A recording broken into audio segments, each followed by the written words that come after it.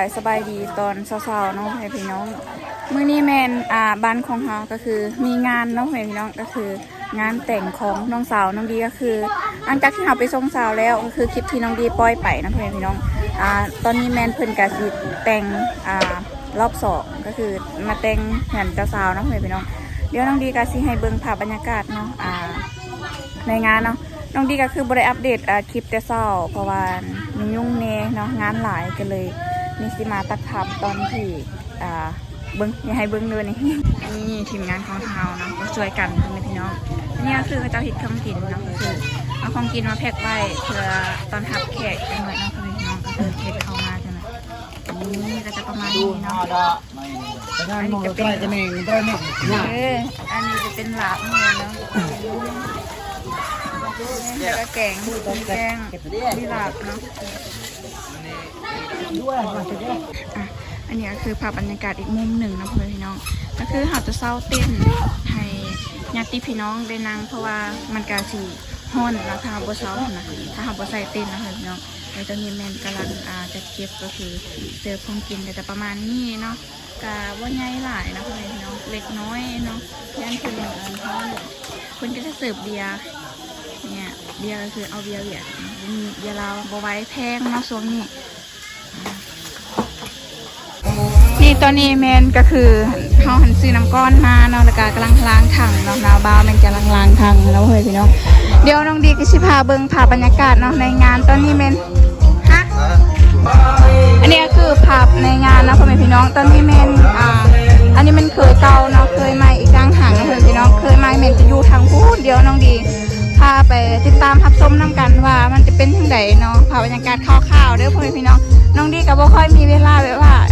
อธิบายจะแจ้งปานไหนนะเพราะว่าเนื่องจากว่าน้องดีกับบ่ค่อยมีเวลาเนาะนี่ใช่ปะเจ้าสาวเฮ้ยเจ้าสาวคุณเจ้าสาว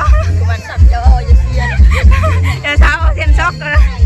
นี่ก็จะประมาณนี้เนาะคร่าวๆพ่อแม่พี่น้องน้องดีก็ถ่ายลายบ่ได้เนาะแล้วก็เสียงเพลงเน่ยังเน่แล้วก็น้องดีกับบ่ค่อยมีเวลาต้องทับแขกทับยังเน่ค่ะแล้วก็เป็นตะกล้องเองเนาะเว้าเองอันบรรยายเองเนาะพี่น้องก็อาจสิขาดเคินๆเน่อันนี้เรียกกินต่อ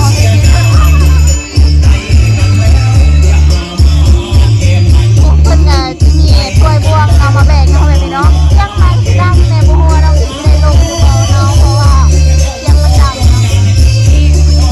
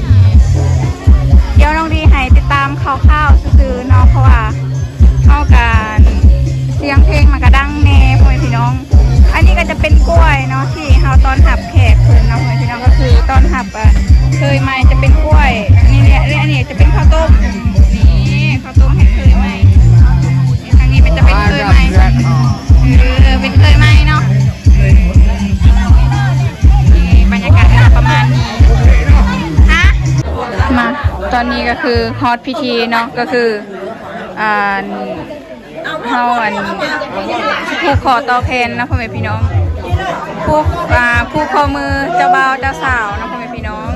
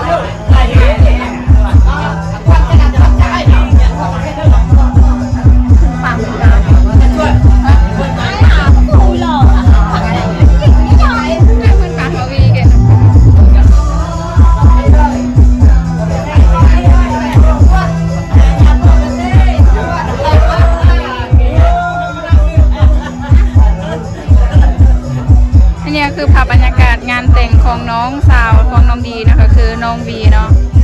ตอนนี้แมนได้แต่งกันรอบสองก็คือมาแต่งเฮือนเจ้าบ่าวเจ้าสาวนะหลังจากที่เขาไปส่งนางเฮือนเจ้าสาวแล้วรอบที่แล้วเนาะตอนนี้แมนก็จะเป็นเฮือนเจ้าสาว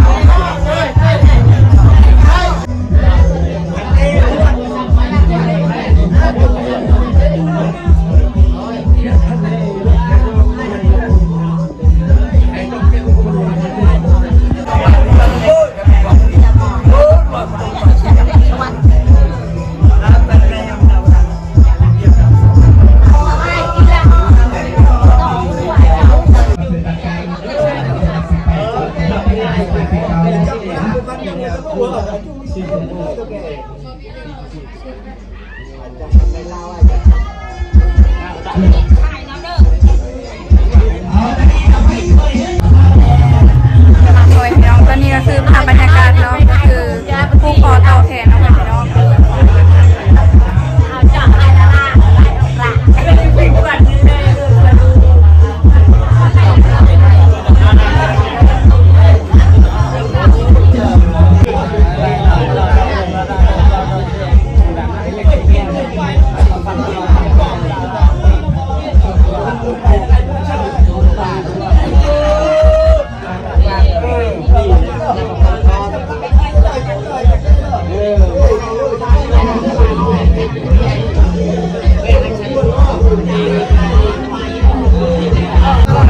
ลืมทายเนาะเจ้าสาวเจ้าบ่าวกินไข่พ่อแม่พี่น้องเนาะพ่อแม่พี่น้องมีอันนี้ก็คือหลังจากที่ผูกแขนเสร็จเป็นที่เรียบร้อยแล้วเนาะพ่อแม่พี่น้องก็คือได้กินข้าวคนไข่กันแต่ว่าน้องดีลืมถ่ายน้องดีก็อาจจะเก็บภาพก็หลายเนาะเพราะว่าเสียงเพลงอัมสเตอร์ดัมนี่ค่ะนะนี่พ่อแม่พี่น้องก็คืออันนี้ก็คือ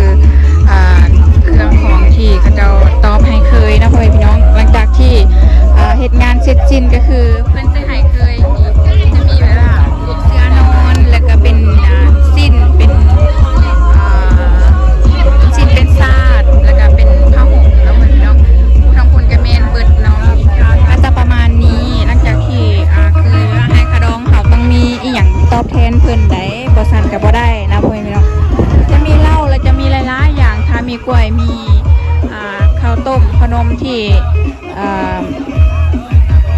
อันทำกินบะเบิดนะก็ให้เพิ่นกินเบิดให้เพิ่นเอามือเนาะเอาต้องเฮ็ดเพื่อให้เพิ่นเอามือนำนี่ก็จะประมาณนี้เนาะข้าวๆน้องดีกะบูฮู้อีหยังจะแจ้งเหมือนกันเพราะว่ามันก็มีเสียงเพลงหลายๆเพลงที่น้องดีต้องมันอาจสิบ่ชัดเจนปานใดนะ